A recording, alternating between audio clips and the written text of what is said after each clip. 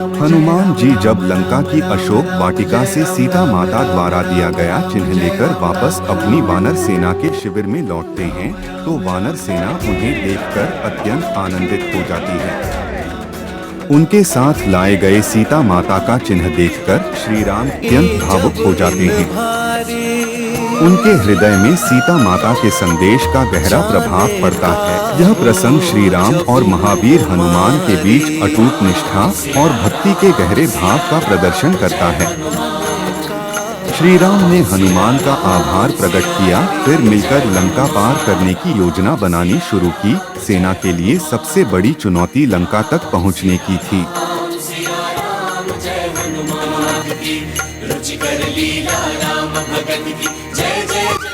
जब श्री राम और उनकी वानर सेना लंका तक पहुंचने के लिए समुद्र के किनारे खड़े थे, तब श्री राम ने समुद्र देवता से प्रार्थना की।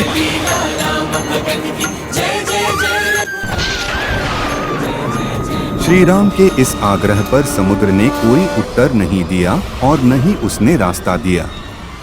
यहाँ समुद्र का चुप रहना और कोई प्रतिक्रिया न देना श्री लक्ष्मण के लिए समुद्र के ऊपर क्रोधित होने का कारण बन गया और उन्होंने समुद्र के ऊपर अस्त्र कैसे उठा लिया। निष्ठुर से विनती का कोई लाभ नहीं होता, उन्हें मात्र भय से वश में किया जा सकता है। लक्ष्मण को क्रोधित देख समुद्र देवता प्रकट होते हैं और उन्होंने समुद्र के ऊपर सेतु बनाने हेतु मार्गदर्शन प्रदान किया और इस प्रक्रिया में नल और नीर नामक दो वानर अत्यंत ही महत्वपूर्ण भूमिका निभाते हैं। जब समुद्र पार करने के लिए सेतु बनाने की आवश्यकता पड़ी, तो नल और नीर ने इसका निर्माण कार्य संभाला। नल ने समुद्र में पत्थरों को इस प्रकार जोड़ा कि वे तैरने लगे। यह एक चमत्कारी कार्य था और इसका रहस्य यह था कि नल ने पत्थरों पर श्री राम का नाम लिख दिया था, जिससे वे पानी में तैरने लगे।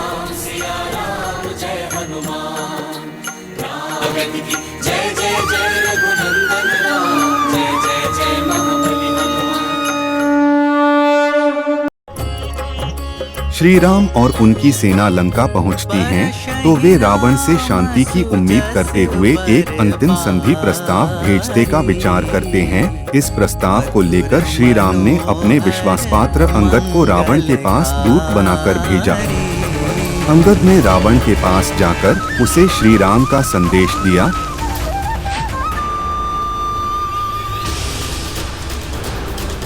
और मुझे ये प्रस्ताव मान्य नहीं है।